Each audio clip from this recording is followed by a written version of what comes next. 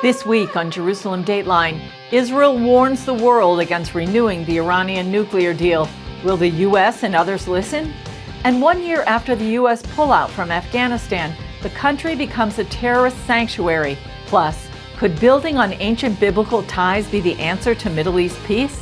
All this and more this week on Jerusalem Dateline.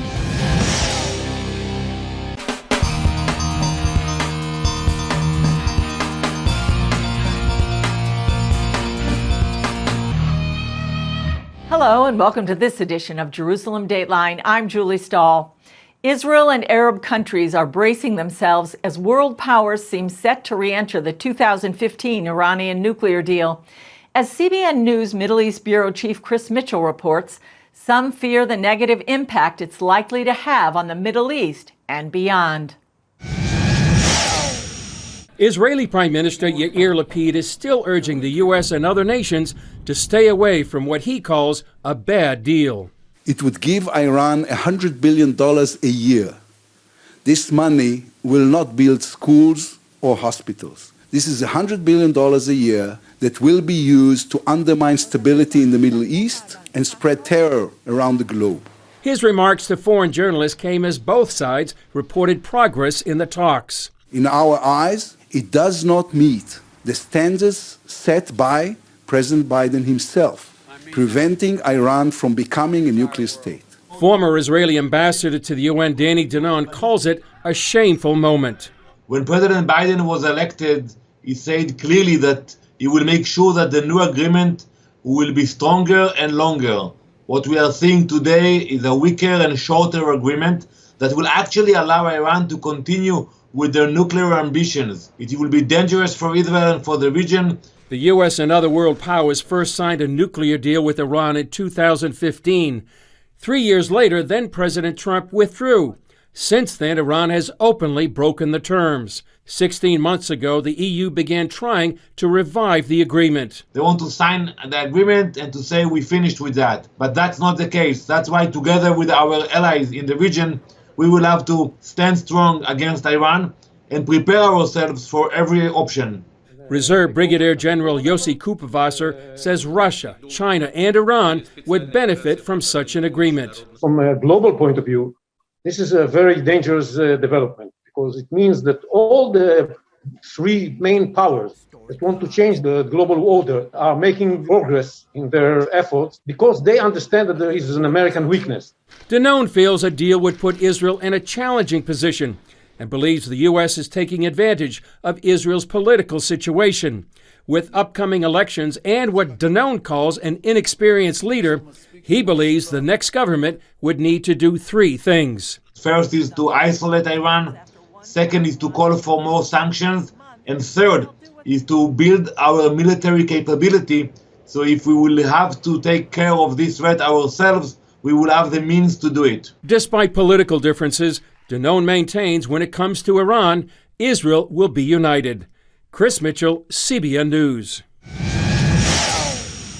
Many are also wondering what impact a renewed Iranian nuclear deal would have on the Abraham Accords. Israel, the UAE, and Bahrain agreed to the breakthrough deal 2 years ago, and Morocco and Sudan joined shortly thereafter.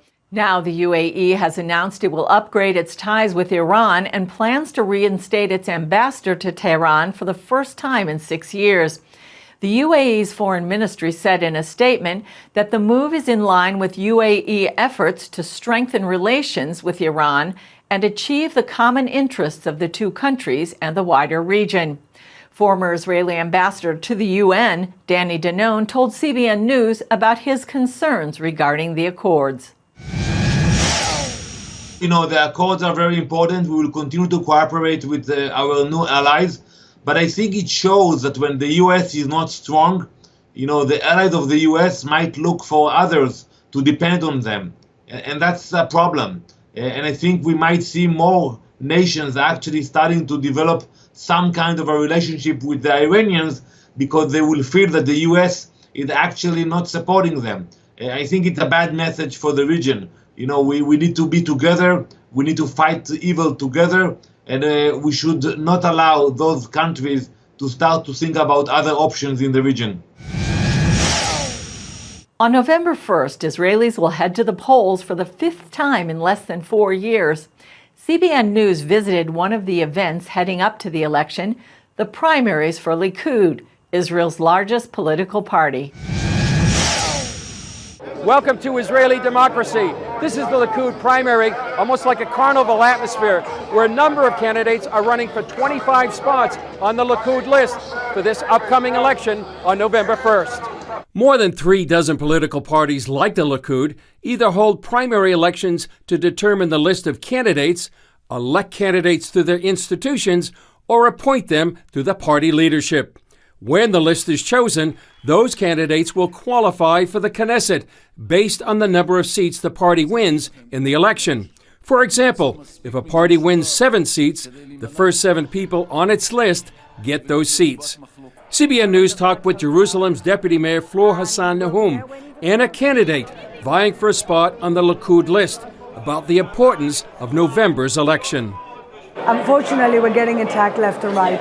As you know, countries adopting BDS legislation, countries who are adopting a narrative that has got nothing to do with the reality here against Israel. The stakes are enormous, including the Israeli-Palestinian issue, terrorism threats on each border, the future of the Abraham Accords, and at the top of the list, a nuclear Iran. Despite these pressing issues, Hassan Nahum explained why Israel has had so many elections in the past several years and what caused the most recent coalition government to fail. We have a system which is all about pro-Netanyahu, anti-Netanyahu, people who should be in Netanyahu's camp because they're right-wing, they have almost the same opinions about almost everything. But for personal reasons, they are anti-Netanyahu. And so in the last year, we had this crazy puzzle of a government where nobody could move, nobody could say anything, nobody could do anything, because everything would offend the other people that they were sitting with. Many hope Israel's next election brings stability. And although its politics can appear uniquely chaotic, Hassan Nahum says Israel and the U.S. share a common political bond. If anybody has any doubt that Israel is a lively, dynamic democracy, you just have to look at the images today, and they'll know that Israel is an island in the sea. It's a democratic island, like America, same values, in a very different sea over here. Chris Mitchell, CBN News, the Likud primary, Jerusalem. Coming up, just a year after the U.S. pullout, Afghanistan is becoming a sanctuary for terrorists.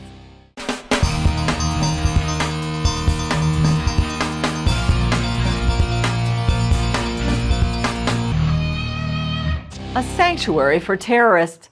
1 year after America virtually handed Afghanistan over to the Taliban, Al-Qaeda and ISIS have made Osama bin Laden's dream come true. U.S. intelligence has evidence that terror groups are already building training camps inside the country, and that radical Islamists intend to launch attacks against the United States. George Thomas has the details. Florida Republican Congressman Mike Waltz, a decorated former Special Forces officer who led multiple combat tours to Afghanistan, tells CBN News that a year after the Taliban takeover, the country is now a sanctuary for terrorists. The intelligence community has been very clear to those of us on the Armed Services Committee that Al-Qaeda and ISIS are rebuilding and they fully intend to attack the West again. Afghan watchers say the Taliban achieved what Osama bin Laden dreamed of and ISIS wished for, a full-fledged caliphate with the powers of the state. With the Taliban takeover of Afghanistan, these groups have been welcomed with open arms, even if quietly, and we've seen them reorganizing their efforts in Afghanistan. Congressman Waltz says a year in, the consequences of America basically giving Afghanistan to the Taliban has meant a huge boost to militant Islamists everywhere. I can share with you that the United Nations and their intelligence analysis shows that 10 to 15,000 foreign fighters are now gravitating back into Afghanistan. In June, CENTCOM Commander General Michael Kurilla revealed U.S. intelligence that terrorist groups like Al-Qaeda are already building training camps inside the country. Al-Qaeda may or may not choose to launch attacks against the U.S., but the fact that it has the capacity, that it has the safe haven to do so, that is what frightens me. Indications are the Al-Qaeda-Taliban relationship is only getting stronger, as evidence that longtime Al-Qaeda leader Ayman al-Zawahiri lived in a posh Kabul neighborhood until the August 2nd U.S. drone strike killed him at the safe house. The United Nations was reporting just weeks prior that top Al-Qaeda leaders were providing strategic guidance to the Taliban. And lo and behold, we kill Zawahiri in Kabul. I think this tells us everything we need to know about that Taliban-Al-Qaeda relationship. While Taliban fighters took to the streets this week celebrating the one-year anniversary of their takeover, most Afghans stayed home, dismayed at the crippling and harsh conditions under the Taliban's Islamic rule. It's been a year since Afghan girls set foot in a classroom. Sordaba Nazan decided to run informal classes at this undisclosed home in Kabul. The Taliban, with its extreme ideology that they have against women, have not changed. They are the same Taliban of 20 years ago. But we can't be the women of 20 years ago.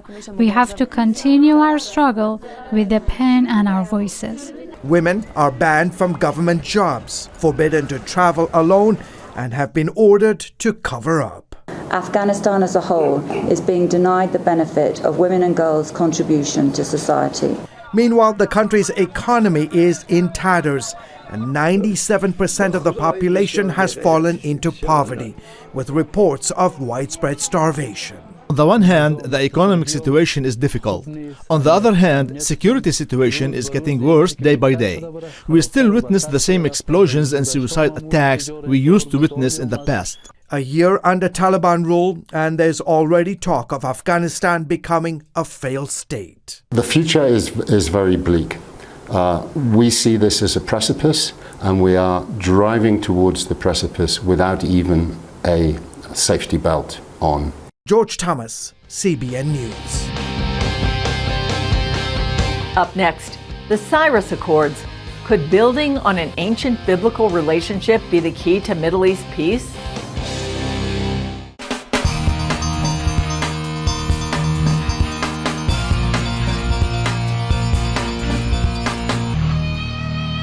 We've talked a lot about war, but could building on an ancient biblical relationship be the key to Middle East peace? 2 years ago, the threat posed by Iran led to that historic partnership between Israel and 3 Arab countries known as the Abraham Accords. Although the agreement created new regional opportunities, as we've said, the Iranian threat is growing. While the Islamic regime vows to destroy Israel, it was ironically a Persian king who liberated the Jewish people centuries ago. As Caitlin Burke reports, experts believe building on that ancient relationship could be the true secret to Middle East peace. Iran pumps millions into a not-so-secret war against the Jewish state through its proxies Hezbollah, Hamas, and the Palestinian Islamic Jihad. Officials in Tehran making regular calls to wipe Israel off the map. But this penchant for destruction hasn't always been the case. We just cannot permit the betrayal of our society and our country.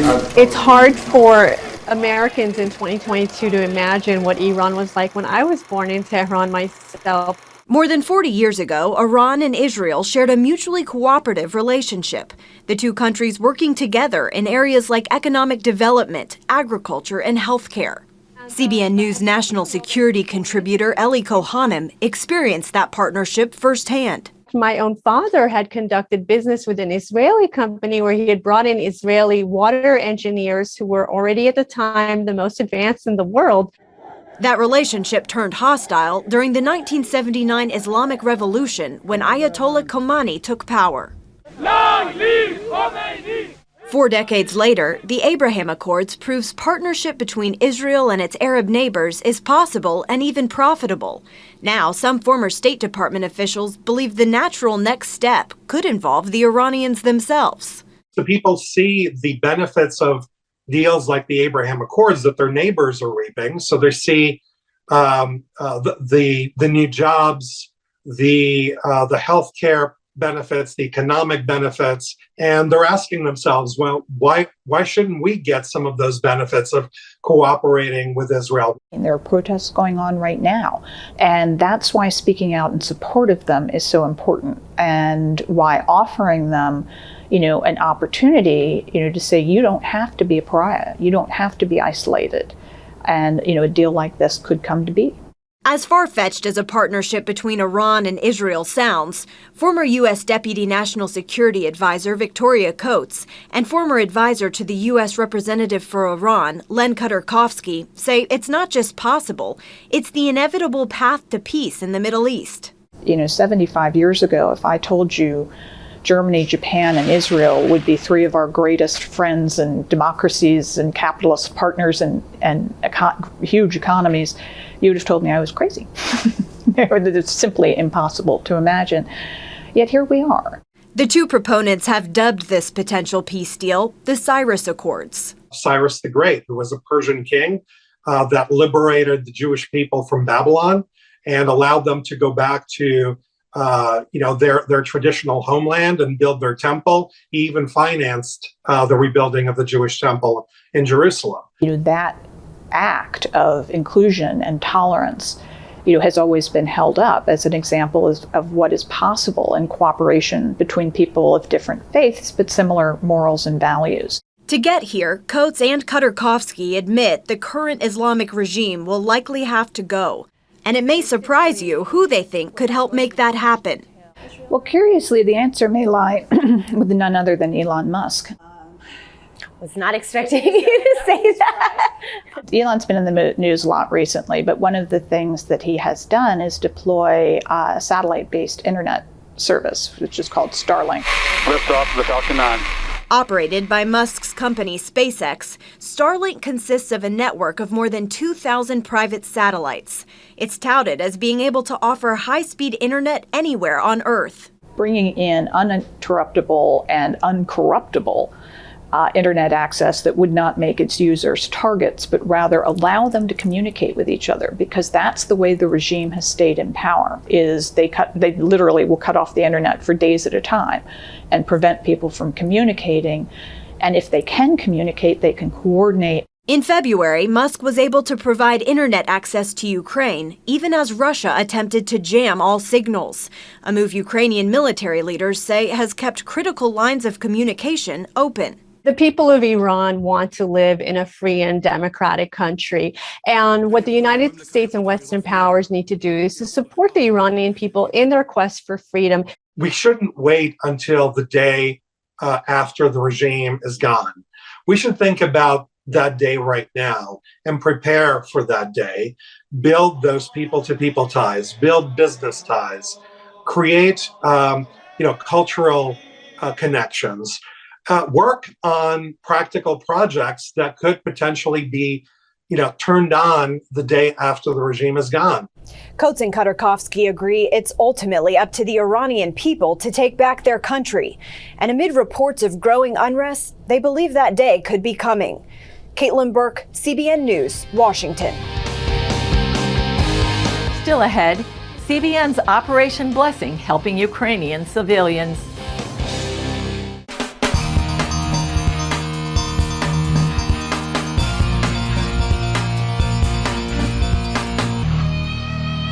Russia's war on Ukraine has taken a devastating toll on Ukraine's civilian population. Millions have fled to neighboring Poland seeking safety, where many are finding aid and comfort from CBN's Operation Blessing. I had a beautiful life, I think. I was a teacher, a tutor, a chemist, a biochemist. I had my business in Ukraine. My life changed. I don't know who I am now. As early as 4 a.m., Ksenia and many other crisis victims arrive at Operation Blessing's relief distribution in Krakow, Poland. Not only do they get essential supplies, they also get the chance to socialize with other Ukrainians and restore a sense of community. We can just talk about our problems. It's helping me when I'm trying to speak about what I had, what problems and my experience, but When people are telling me their stories, it's very hard. You feel them pain. 79-year-old Maria has been moving from place to place in Ukraine since the war started. But as the war progressed, she was forced to flee to Poland. Actually, I didn't want to leave. It's very hard to get through this. In Poland, helping refugees is becoming increasingly difficult due to a lack of funding. But thanks to the support of Operation Blessing partners, we're linking arms with Foundation on Life and DNA Church to distribute hundreds of bags of food to crisis victims. These bags are enough to sustain hurting families for at least 2 weeks. We are grateful to Operation Blessing for their support. These bags are full of good products. In addition to providing food and supplies, Operation Blessing is serving the hearts of crisis victims. Our team prayed for families at the distribution, including Ksenia and Maria, to show God's love and lift their spirits. Operation Blessing teams also showed Superbook episodes and ministered to children staying in shelters. Showing God's love and mercy to these families is so important. My dream is that Jesus will always be first in what we do. When Operation Blessing came to help and started service with prayer, I realized that my dream came true. Let's remember to continue to pray for Ukraine. That's all for this edition of Jerusalem Dateline. Thanks for joining us. Remember, you can follow us on Facebook, Twitter, Instagram, and YouTube. And you can also access CBN content through our CBN News and other CBN apps. And don't forget to sign up for our email blasts so you can continue to receive all of our exciting CBN content. I'm Julie Stahl. We'll see you next time on Jerusalem Dateline.